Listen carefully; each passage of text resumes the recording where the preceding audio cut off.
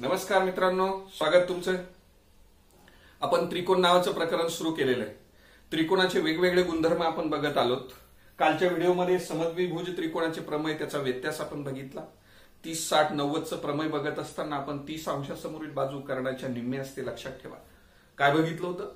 30 अंशासमोरील बाजू कर्णाच्या निम्मे असते हे आपण बघितलं. त्याच्यानंतर त्याच त्रिकोणामध्ये 30, 60 आणि 90 अंशाच्या त्रिकोणामध्ये, काटकोन त्रिकोणामध्ये 60 अंशासमोरील बाजू कर्णाच्या वर्गमूळ 3 छेदस्थानी 2 पट असते.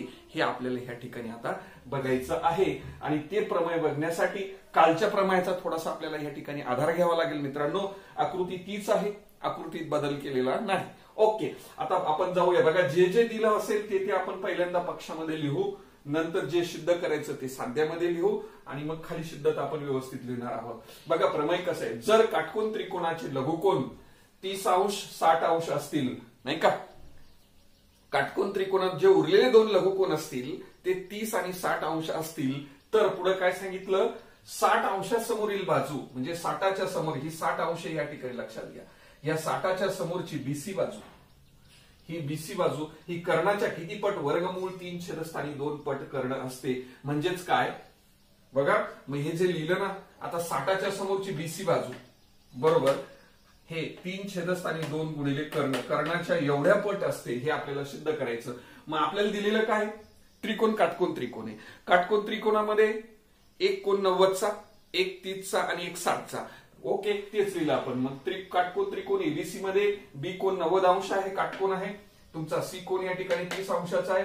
हे तुमचा 60 अंशाचा तुम्हाला दिसतंय. जे दिसतंय तुम्हाला किंवा जे दिलेलं आहे तुम्हाला ते आपण पक्षामध्ये लिहिणार. जे सिद्ध करायचं ते साध्यामध्ये जाणार आणि साध्यामध्ये हा एवढा पार्ट तुम्हाला सिद्ध करायचा आहे बाळांनो. तर पासूनचा भाग, तर पासूनचा जो भाग आहे 60च्या समोर, 60 अंशाच्या समोर बीसी बाजू म्हणून ती बीसी लिहिली आणि हे वर्गमूळ 3 छेदस्थानी 2 कर्ण एवढं दाखवायचं आपल्याला. लक्षात घे, मी पुन्हा पुन्हा सांगतो, रिपिटेशन करण्याचा माझा उद्देशच आहे. काय तुमचा फोकस इकडे असला पाहिजे. मी काय सांगतो ते समजून घेण्याचा प्रयत्न या ठिकाणी करा. ओके, काटकोन त्रिकोण असेल तर काटकोन त्रिकोणात आपण पायथागोरस लावतो. मग पायथागोरसचं प्रमेय आपण शिकलेलो. पायथागोरसचं प्रमेय काय सांगतं? 90च्या समोरील बाजू म्हणजे कर्ण असते, ती कर्णाचा वर्ग बरोबर काटकोन करणाऱ्या बाजूंच्या वर्गांची बेरीज असते. मग काटकोन करणारी बाजू कुठली? एबी बाजू आणि बीसी बाजू यांच्या वर्गांची बेरीज. मग पहिली बाजू एबी घ्या, एबीचा वर्ग करूया, अधिक दुसरी बाजू बीसी घ्या, बीसीचा वर्ग करा. दोन्हींच्या वर्गांची बेरीज बरोबर तुमचा कर्ण असतो. कर्ण काय? तुमचा एसीचा वर्ग. नेहमी आपण कर्ण ह्या बाजूला लिहितो. मी आज कर्ण तुमचा उजव्या हाताला घेतला. बघा, काही फरक पडत नाही. उजवी बाजू डाव्याला आणि डावी बाजू उजव्या बाजूला, काही फरक पडत नाही. मग या ठिकाणी आल्यानंतर आता तुम्ही काल एक प्रमेय शिकलात. 30च्या समोरची बाजू, 30 अंशासमोरची बाजू तुमची एबी आहे. ती किती असते? कर्णाच्या निम्मे असते. कालचं प्रमेय बघितलं आपण, लक्षात घ्या, ते आठवा. 30 अंशासमोरची बाजू एबी ही कर्णाच्या निम्मे, कर्ण तुमचा एसी, एसीच्या निम्मे म्हणजे 1 छेदस्थानी 2 कर्ण एसी असते. हे महत्वाचं आहे. याचा उपयोग आपण या ठिकाणी करणार आहे. मी वाटलेस तर परंतु हा शब्द या ठिकाणी घेतो. ओके, मग आता ही किंमत या ठिकाणी टाकणार. बघा, एबीच्या जागेवर ही किंमत टाकली मी. काय झालं? मग 1 छेदस्थानी 2 एसी त्याचा वर्ग करा, अधिक तुमचा बीसीचा वर्ग आहे बरोबर, एसी वर्ग जसाचा तसा. ओके बाळांनो, मग मला सांगा आता, वरची 1 गुणिले एसी म्हणजे एसीचा वर्ग आणि छेदस्थानी 2चा वर्ग 4 असं लिहितो मी. आता एकाचा वर्ग म्हणजे एकच असतो. एकाने एसीला गुणलं म्हणजे एसी, एसीचा वर्ग छेदस्थानी 2चा वर्ग 4 असं करून घेतलं, अधिक हा तुमचा बीसी वर्ग बरोबर एसी वर्ग जसाच्या तसा. ओके, आता याच्यानंतर काय करणार आहे बाळांनो? थोडीशी बाजू पलटून घेतो, लिहितो मी. आता बघा, हे बीसी वर्ग बरोबर इकडचे एसी वर्ग जसेच्या तसे. काय केलं? हे पद उचललं आणि ह्या बाजूला म्हणजे डाव्या बाजूचं उजव्या बाजूला आणलं. उजव्या बाजूला येताना वजा होईल. ते वजा किती होतील? एसी वर्ग छेदस्थानी 4. लक्ष द्या इकडं. हे उचलून एसी कडे पाठवलं तरी काय झालं? ते वजा एसी वर्ग छेदस्थानी 4. ओके, बरोबर. आता काय करायची? वजाबाकी करायची. वजाबाकी करत असताना हा अपूर्णांक झाला, छेदस्थानी 4 असल्यामुळे अपूर्णांक झाला. ही वजाबाकी करताना तिरकस गुणाकार करा, 4 आणि एसी ला गुणा, म्हणजेच किती होते तुमचे 4 एसी चा वर्ग. लक्ष द्या, तिरकस गुणाकार 4 एसी चा वर्ग वजा तुमचे हे एसी वर्ग जसेच्या तसे, छेदस्थानी तुमचा 4 जसा तसा. ओके, 4 सुरुवातीला यालाच भागिले होता, पण तिरकस गुणाकार केला 4 एसी वर्ग वजा तुमचे हे एसी वर्ग, छेदस्थानी तुमचे 4. काय झालं बाळांनो, आता 4 एसी वर्ग मधून हा एक एसी वर्ग गेल्यानंतर किती उरलेत बरं, 3, म्हणजे 3 एसी चा वर्ग उरले. 4 मधून हा एक काढला, 3 एसी वर्ग, छेदस्थानी किती तुमचे या ठिकाणी 4, आणि हा इकडे तुमचा बीसी चा वर्ग जसाच्या तसा. ओके, इथं आल्यानंतर आपल्याला वर्गमूळ घ्यावं लागेल. मग वर्गमूळ जर घ्यायचं असेल तर बीसी वर्गाचं वर्गमूळ घेतलं म्हणजे डोक्यावरचे 2 घातांक काढून टाकायचा. मला सांगा आता 3 ह्या संख्येचं वर्गमूळ काढता येईल आपल्याला नाही. मग 3चं वर्गमूळ जर काढता येत नसेल तर 3ला वर्गमूळाच्या चिन्हात ठेवा, आणि छेदस्थानी 4चं वर्गमूळ किती असते 2 असतं, आणि एसी वर्गाचं वर्गमूळ किती आहे म्हणजे नुसतं एसी, डोक्यावरचे 2 जसे इथले 2 काढलेत बीसी लिहिलेत तसं याचे 2 काढा, एसी लिहा, 3चं वर्गमूळ वर्गमुळात 3 आणि 4चं वर्गमूळ 2, आणि हेच तुमचं काय सांगतं बीसी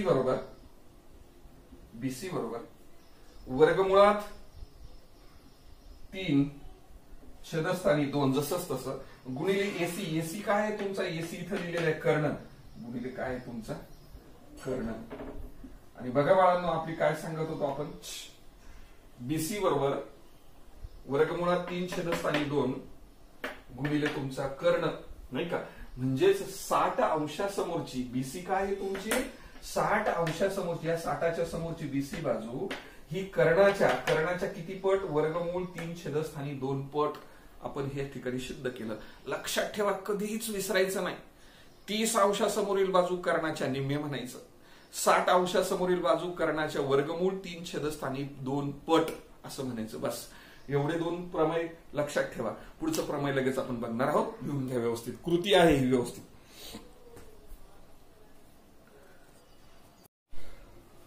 ओके मित्रांनो, आणि अतिशय महत्वाचं प्रमेय पुढचं सुद्धा, काटकोन त्रिकोणामध्ये लघुकोन 2 लघुकोन जे असतील ते सारख्या मापाचे असले पाहिजेत, 45-45 चे.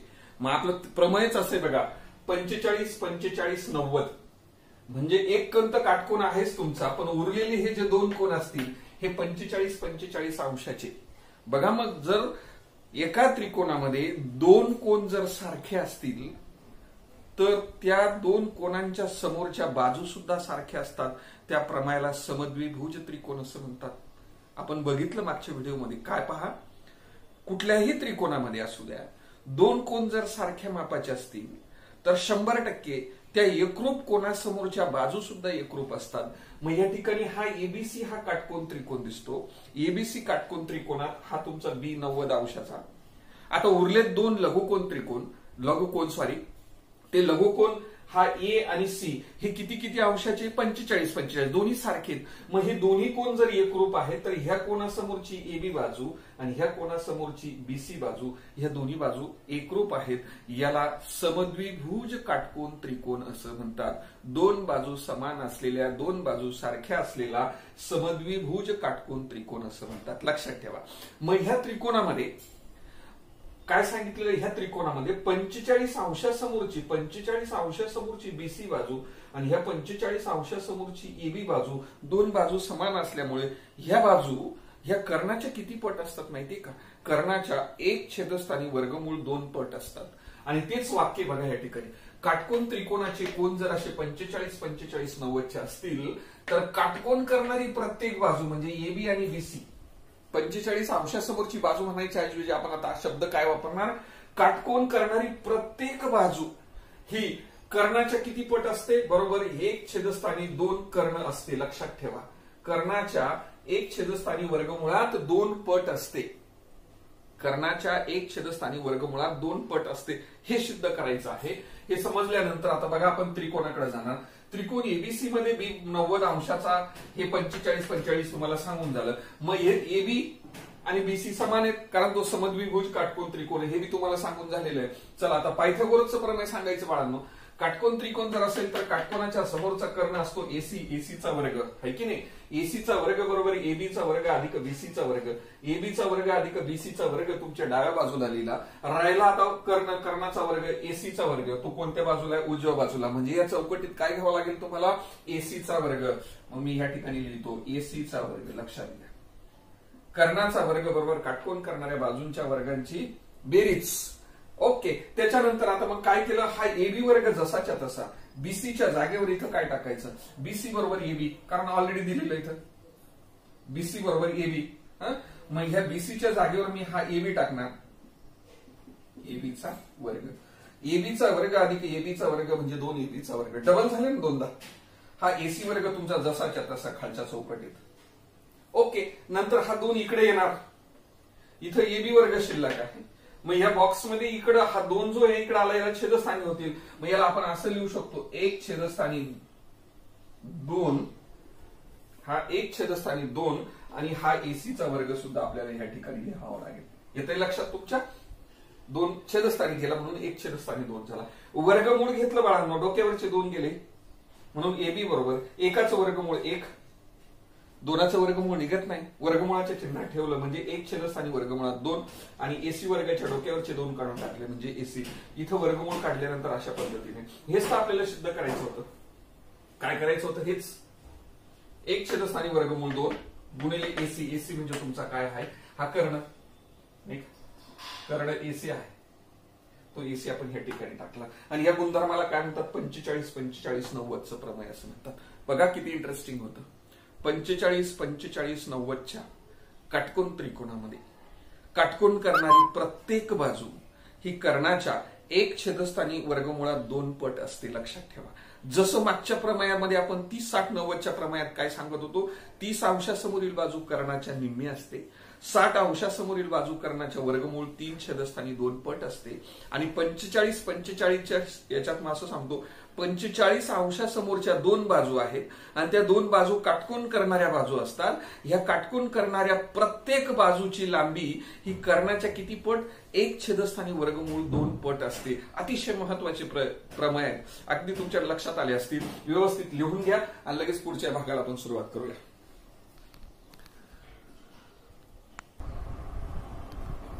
ओके मित्रांनो, त्रिकोणाची मध्यगा हा गुणधर्म आपण या ठिकाणी बघणार आहोत. त्रिकोणाची मध्यगा म्हणजे काय, मी या ठिकाणी एबीसी हा त्रिकोण काढलेला आहे. एबीसी त्रिकोणाच्या ए ह्या शिरोबिंदू पासून त्या शिरोबिंदूच्या समोरील बीसी ह्या बाजूवरती, ए ह्या शिरोबिंदूच्या समोरची बीसी ही बाजू आहे आणि ती या बाजूचा मध्यबिंदू जोडणारा रेषाखंड. लक्षात घ्या, बीसीचा मध्यबिंदू म्हणजे बीसीचे 2 तुकडे झाले, समान तुकडे, बीडी आणि डीसी, आणि या ठिकाणी हा डी बिंदू बोर्ड घेतला. हा डी बिंदू आणि ए बिंदू जोडणारा हा जो रेषाखंड आहे, येडी रेषाखंड, या येडी रेषाखंडाला मध्यगा असं म्हणतात. लक्षात घ्या.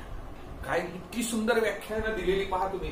त्रिकोणाचा शिरोबिंदू म्हणजे हा शिरोबिंदू व त्याच्या समोरील बाजू, त्याच्या समोरील ही बीसी बाजू, तिचा मध्यबिंदू, बाजू बीसीचा याच्या समोरची बीसी बाजू आहे, बीसी बाजूचा मध्यबिंदू डी आहे. डी बिंदू आणि त्रिकोणाचा शिरोबिंदू यांना जोडणारा ईडी नावाचा जो रेषाखंड आहे, तो रेषाखंड म्हणजेच त्या त्रिकोणाची काय आहे, मध्यगा होय. लक्षात ठेवा, मध्यगा कधीच विसरायचं नाही. मध्यगा म्हणजे कुठल्याही त्रिकोणाच्या शिरोबिंदू पासून त्याच्या समोरील बाजूचा मध्यबिंदू जोडणारा रेषाखंड म्हणजे ती मध्यगा असणार आहे. ओके. मध्यगा या ठिकाणी कळाली तुम्हाला. या ठिकाणी एडी ही मध्यगा झाली. आता आपण एक गुणधर्म बघणार आहोत या ठिकाणी. लक्षात ठेवा, हा 8वीला झालेला गुणधर्म आहे, पण मी 2 मिनिटात तुम्हाला सांगतो. आता जसं मी ए बाजूतून, ए शिरोबिंदूतून बीसी वर मध्यगा काढला, तसं मी बी ह्या शिरोबिंदूतून एसी वर मध्यगा काढणार. बी हा शिरोबिंदू इथे एसी वर जर मध्यगा काढला समजा अशा पद्धतीचा, आता हा मध्यबिंदू आहे, तर मी याला जोडतो बघा अशा पद्धतीने. राईट. त्याच्यानंतर सी बिंदूतून एबी वर मध्यगा काढायची या ठिकाणी. मग एबी ही बाजूचा मध्यबिंदू मी या ठिकाणी घेतो. मध्यबिंदू घेतो म्हणजे काय, एकदम सेंटरला, आणि ह्या पद्धतीने या ठिकाणी जोडतो. पहा बाळांनो, तिन्ही मध्यगा एका ठिकाणी छेदल्यात. त्रिकोणाच्या कोणत्याही प्रकारचा त्रिकोण असू द्या, त्रिकोणाच्या तिन्ही मध्यगा काढा आणि त्या मध्यगा एका ठिकाणी जी छेदतात ना, हा जो छेदनबिंदू आहे या छेदनबिंदूला कॅपिटल जी असं नाव दिलं जातं. लक्षात घ्या, कॅपिटल जी हा मध्यगा संपात बिंदू आहे. याला काय म्हणतात लक्षात ठेवायचं, मध्यगा संपात बिंदू कॅपिटल जी. याला पाहिजे तर नाव लिहून दाखवतो मी, मध्यगा संपात बिंदू. कोणाला मध्यगा संपात बिंदू म्हणतात? ज्या मध्यगा त्रिकोणाच्या तिन्ही काढलेल्या मध्यगा ज्या बिंदूमध्ये एकत्र येतात, छेदतात, त्या छेदन बिंदूला मध्यगा संपात बिंदू असं म्हणतात. मित्रांनो, तुम्हाला मध्यगा संपात बिंदू समजला. मध्यगा संपात बिंदू म्हणजे हा जी बिंदू, पण हा मध्यगा संपात बिंदू काय करतो असं माहिती का? हा मध्यगा संपात बिंदू प्रत्येक मध्यगेला 2:1 ह्या प्रमाणात विभाजन करतो. म्हणजे काय करतो नेमकं, हा जो लहान भाग आहे ना मध्यगेचा, 2 तुकडे झाले बघा. समजा एडी नावाची मध्यगा आहे, एडी नावाच्या मध्यगेचा हा तुकडा जीडी आणि दुसरा तुकडा एजी. ही जीडीची लांबी आणि एडीच्या लांबीतला जो फरक आहे ते सांगतो तुम्हाला. म्हणजे एजी आहे ना जीडीच्या दुप्पट. हा जर एक भाग असेल तर हा 2 असेल, हा जर 2 असेल तर हा 4 असेल, हा जर 3 असेल तर हा 7, त्याच्या दुप्पट. मग मध्यगा संपात बिंदू प्रत्येक मध्यगेचं, एकच मध्यगेचं नाही, प्रत्येक मध्यगा. आता समजा ही मध्यगा घेतली तुम्ही, ह्या मध्यगेचा हा भाग आणि हा भाग हा याच्या कम्प्लीट दुप्पट असला, किंवा हा भाग आहे, हा भाग कम्प्लीट याच्या हा भाग याच्या कम्प्लीट दुप्पट असणार. म्हणजे मध्यगा संपात बिंदू प्रत्येक मध्यगेचे 2:1 एक भाग दुप्पट, पहिल्या भागापेक्षा दुसरा भाग दुप्पट, अशा पद्धतीने विभाजन करतो प्रत्येक भागाचं. यालाच काय म्हणतात, मध्यगा संपात बिंदू असं म्हणतात. मग लक्षात आलं, मध्यगा संपात बिंदू प्रत्येक मध्यगेचं 2:1 ह्या भागात विभाजन करतो. हे कधीही विसरायचं नाही. चला पुढच्या भागाला सुरुवात करू.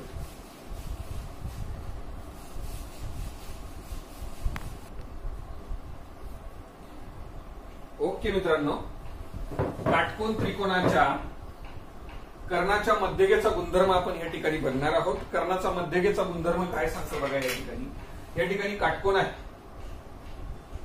त्रिकोण एबीसी मध्ये हा बी कोण काटकोन आहे. काटकोनातून कर्णावर काढलेली ही मध्यगा बीडी, हिनं काय केलं, 2 भागात विभाजन केलं कर्णाचं. मध्यगेचं कामच ते. मध्यगा ज्या शिरोबिंदूतून काढलेली असते, ज्या बाजूवर काढलेली असते, समोरच्या बाजूवर, त्या बाजूचं 2 भागात विभाजन करते, तीच मध्यगा असते. मग बीडी ही मध्यगा एसीचं 2 भागात विभाजन केलं, एडी आणि दुसरा डीसी. ओके, मग आता दिलेलं बघा ह्या आकृतीमध्ये त्रिकोण एबीसी हा काटकोन त्रिकोण आहे. रेख बीडी ही ती मध्यगा आहे. तर खालील रेषाखंडाची लांबी मोजा. चला आता आपण ह्या रेषाखंडाची लांबी मोजूया. पट्टी लावायच्या आधी मी या कर्कटकच्या साह्यानं त्याची लांबी मोजतो. कोणाची लांबी मोजायची, पहिल्यांदा एडीची लांबी मोजणार. चला, एडीची लांबी हे पहा, एक टोक इथे एक टोक इथे. ही एडीची लांबी मोजली, पट्टीवर माप ठेवतो मी आता. पहा, तुमचं या ठिकाणी माप, इथं 0वर माप ठेवलं, दुसरं 7.5 पहा, दुसरं या ठिकाणी 0वर दिसते तुम्हाला, तर 7.5 पर्यंत. याचा अर्थ एडी किती आली तुमची या ठिकाणी, 7.5. किती आली, 7.5. ओके, त्याच्यानंतर ही दुसरी घेऊया आपण, पलीकडची डीसी बाजू घ्या. चला डीसी मोजूया. डीसी किती आली पहा, ती पण नाही तर याला लावून तो तुम्ही.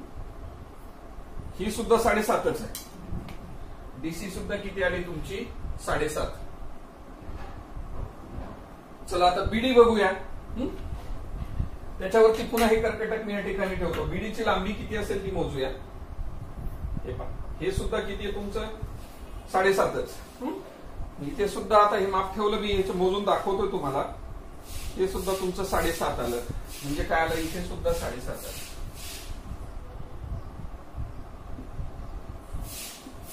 काय झालं बरं बाळांनो, पहा मग आता ह्या ठिकाणी हा तुमचा 7.5 आला, 7.5, हा तुमचा 7.5 आला आणि हा तुमचा 7.5 आला. याचा अर्थ हे काय झालं, एसीजी आली 7.5 म्हणजे 7 2 14 15, 15 सेंटीमीटर किंवा 15 इंच म्हणू. आता हे इंचचं माप आहे आपल्या इकडे. 15 इंच आपल्याला हे माप आलेले, लांबी आलेली आहे. आणि त्याच वेळेस तुमची बीडी किती आली? 7.5 आली. मग याच्यावरून असं दिसतंय बघा, बीडी म्हणजे मध्यगा. मध्यगा ही कोणाच्या निम्मे असते? एसीच्या निम्मे, पूर्ण एसीच्या निम्मे. लक्षात घे, एसी तुमची 15 आहे, 15चे निम्मे 7.5. म्हणजे मध्यगा ही कर्णाच्या निम्मे असते. कुठं पण? काटकोन त्रिकोणात कर्णाच्या निम्मे असते मध्यगा, ही लक्षात ठेवा. आणि तो गुणधर्म आपण ह्यावरून शिकलो, मध्यगेची लांबी ही कर्णाच्या लांबीच्या निम्मे असते. कुठं? काटकोन त्रिकोणामध्ये. जर ती मध्यगा काटकोनातून कर्णावर काढलेली मध्यगा जर असेल, काय सांगतो? काटकोनातून जर कर्णावर काढलेली मध्यगा असेल, त्या मध्यगेची लांबी ही कर्णाच्या निम्मे असते. हा गुणधर्म अतिशय महत्वाचा आहे. गुणधर्म आपण या ठिकाणी शिकलो बाळांनो. पूर्ण गुणधर्म व्यवस्थित लिहून घ्या.